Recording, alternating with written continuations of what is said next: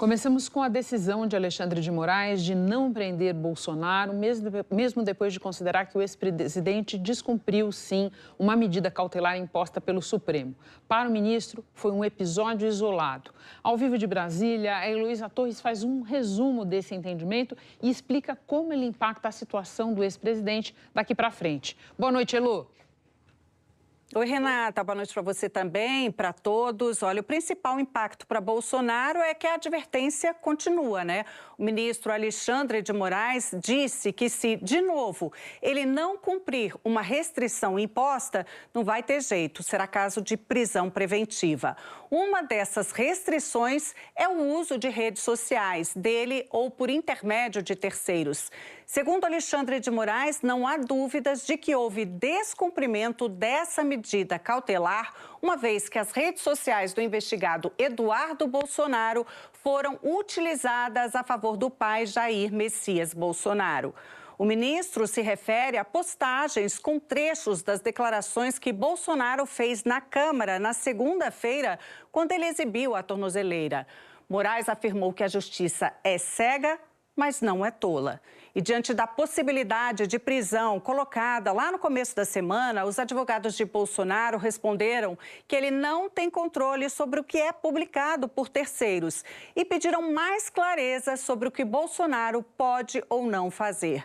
Vamos ver trechos da decisão de hoje. Na decisão, o ministro afirmou que, em momento algum, Bolsonaro foi proibido de conceder entrevistas ou proferir discursos em eventos públicos ou privados, desde que respeitasse os horários estabelecidos nas medidas restritivas. Mas reforçou que não será admitida a instrumentalização de entrevistas ou discursos públicos como material pré-fabricado para posterior postagens nas redes sociais de terceiros previamente coordenados. Para o professor de Direito Constitucional da Universidade Federal Fluminense, Gustavo Sampaio, o ministro estabeleceu uma distinção clara entre as duas coisas. Ele fixou a diferença entre liberdade de expressão e de manifestação do pensamento de um lado e liberdade de imprensa do outro.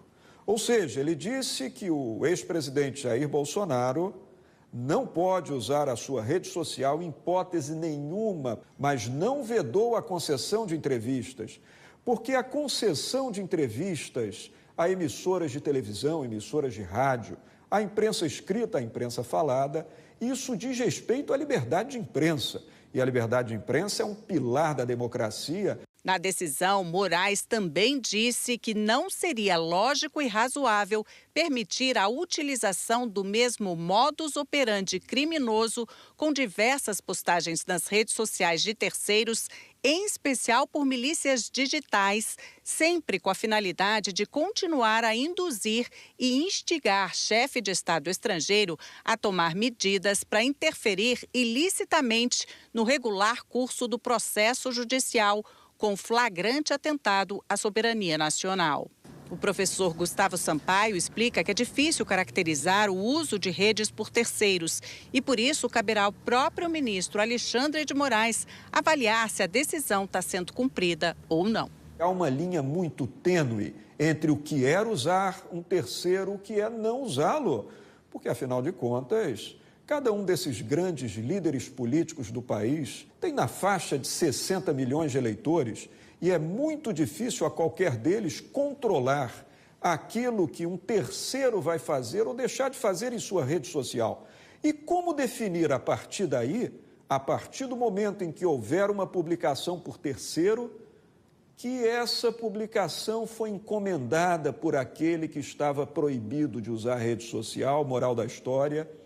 O julgamento em torno de se a medida cautelar terá sido respeitada ou não, será do próprio ministro Alexandre de Moraes, o relator, e da primeira turma do Supremo Tribunal Federal. Bem, Bolsonaro está de tornozeleira eletrônica desde sexta-feira. A medida partiu de uma investigação sobre as ações dele e do filho Eduardo Bolsonaro. Segundo a PF, Eduardo tem atuado nos Estados Unidos junto às autoridades para coagir a justiça brasileira em benefício do pai. E Jair Bolsonaro estaria apoiando o filho, inclusive financeiramente. Bem, hoje de manhã, logo depois dessa decisão de Alexandre de Moraes, Bolsonaro foi a um culto com a mulher Michele, o filho mais novo, chorou durante a pregação.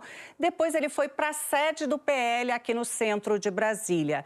E há 3 dias, Bolsonaro não dá declarações. Renata?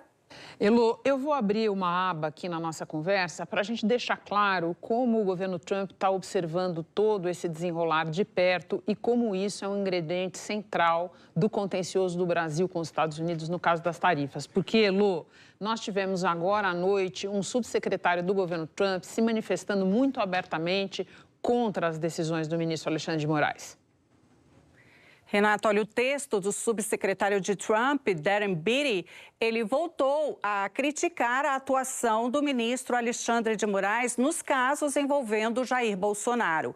O texto, repostado pela embaixada, diz que o ministro Moraes é o coração pulsante do complexo de perseguição e censura contra Jair Bolsonaro, que, por sua vez, tem restringido a liberdade de expressão nos Estados Unidos.